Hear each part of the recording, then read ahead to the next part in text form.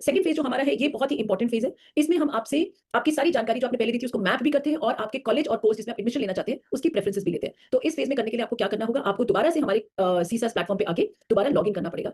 जब आप लॉगिन करेंगे तो आपके पास सबसे पहले जो टैब खुलेगा वो खुलेगा सब्जेक्ट मैपिंग का। ये बहुत ही इंपॉर्टेंट एस्पेक्ट है। यहाँ जो सब्जेक्ट्स आपने क्लास 12th में लिए थे, जो आपने फेज 1 में एंटर कर दिए और फेज 2 में जो आपने सीयूईटी से लिया होगा वो आपके डैशबोर्ड पे पहले से ही दिख रहे होंगे सब्जेक्ट्स। आप क्या करेंगे, सीयूईटी के सब्जेक्ट और क्लास 12th के जो आपके सब्जेक्ट्स हैं उनको आप मैप करेंगे। यानी अगर 12th में आपने मैथ्स पढ़ा था, सीयूईटी में आपने मैथ्स लिया तो उसके सामने मैथ्स को एंटर कर देंगे।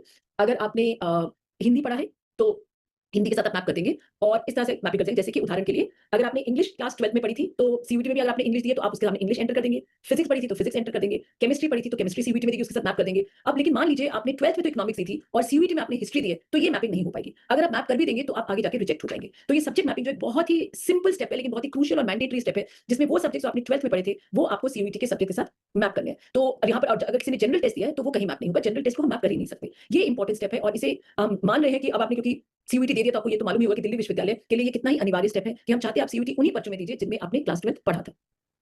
जब आप ये कर देंगे तो उसके बाद आपके पास ऑटोमेटिकली आप जब नेक्स्ट फेज में जाएंगे, नेक्स्ट शीट पे जाएंगे, टैब पे जाएंगे तो वहां आएगा चेक एलिजिबिलिटी। यहाँ पर आपकी सब्जेक्ट मैपिंग के आधार पर और आपकी सीयूईटी के सब्जेक्ट्स के आधार पर आपके डैशबोर्ड पे सभी प्रोग्राम जहां जहां एलिजिबल है वो आपको ब्लैक में दिखेंगे।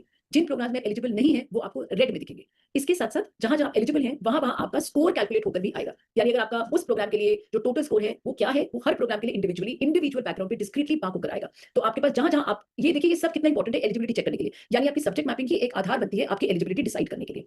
इसके बाद जब आप एलिजिबल होंगे, जिन प्रोग्राम में एलिजिबल होंगे, अब आप फाइनल स्टेज पे आ जाएंगे जहां पर आप कॉलेज और प्रोग्राम की प्रेफरेंसेस भरेंगे। ये स्टेप बस मोस्ट क्रूशियल है। अगर आप लोगों ने फेज 1 कंप्लीट कर लिया है तो इस स्टेप के ऊपर सोचना शुरू कर दीजिए, अपना एक क्रमबद्ध करना शुरू कर दीजिए। ये आपकी अपनी इच्छा है, आप किस कॉलेज में किस प्रोग्राम को पढ़ना चाहते हैं, किसको आप ऊपर रखना चाहते हैं, किसको आप बीच में नीचे रखना चाहते हैं, लीस्ट प्रेफर करते हैं वो बना लीजिए। जिसको आप मोस्ट प्रेफर करना चाहते हैं उसको सबसे ऊपर रखिए। और मैं यहाँ पर सभी बच्चों को ये एक रिक्वेस्ट करना चाहूंगी कि इसमें आप अपने माता पिता के साथ जरूर बैठिए, ना तो लास्ट मिनट पे ये काम करिए और ना ही ऐसा सोचिए कि मैं बिल्कुल पहले फिल करके बैठ जाऊं। दोनों चीजें इंपॉर्टेंट है क्योंकि ये स्टेप बहुत इंपॉर्टेंट है। हम आपको जो आपकी कॉलेज और प्रोग्राम की प्रेफरेंसेस हैं ये एक बार जो आप ऐड कर लेंगे, इसमें बाद में एडिशन या डिलीशन करना पॉसिबल नहीं होगा। तो इसको बहुत ध्यान से करिएगा। और फाइनली सबमिशन, ये लास्ट स्टेज होगी जब आप अपना फॉर्म सबमिट करेंगे। ये जैसे ही हम फेज 2 ऑन करेंगे तो ये फेज शुरू हो जाएगा।